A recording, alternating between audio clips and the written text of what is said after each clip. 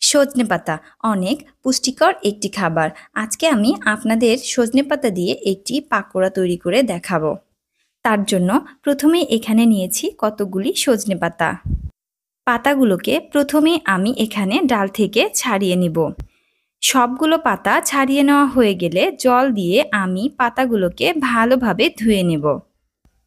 পাতাগুলো ধোয়া হয়ে গেলে জল ঝরিয়ে নিয়ে এর মধ্যে দিয়ে দিব হাফ কাপ পরিমাণ বেসন, 1/3 কাপ চালের গুঁড়া, দিয়ে দিব 1 কাপ পেঁয়াজ কুচি, 3টা কাঁচামরিচ কুচি, লবণ দিয়ে দিব 1 চা চামচ, হলুদ হাফ চা চামচ ভাজা মরিচ গুঁড়া, হাফ চা চামচ জিরা গুঁড়া, হাফ চা চামচ কালো জিরা এবং সবশেষে একটি ডিম দিয়ে ভালোভাবে হাতের সাহায্যে মাখিয়ে নিব।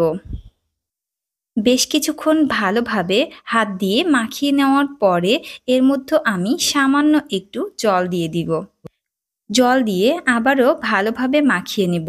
এখানে আমি বেশি জল দিব না, তা না হলে ব্যাটারটা পাতলা হয়ে যাবে। দেখুন আমি ঠিক কিভাবে মেখেছি। এখানে আমার মাখানো কমপ্লিট।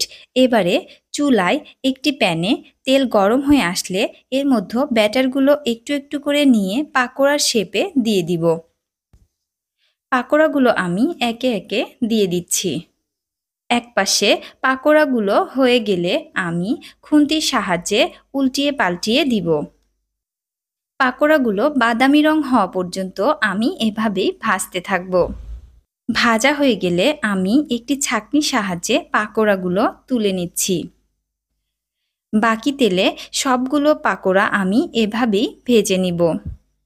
এখানে আমার সবগুলো পাকোড়া ভাজা প্রায় কমপ্লিট। স্বাস্থ্যসম্মত সজনে পাতার এই পাকোড়াটি আপনারা বাসায় বানিয়ে খেতে পারেন। আজকের মতো এখানেই বিদায় নিচ্ছি। সবাই ভালো থাকবেন এবং সুস্থ থাকবেন। আমার এবং আমার পরিবারের জন্য আশীর্বাদ রাখবেন।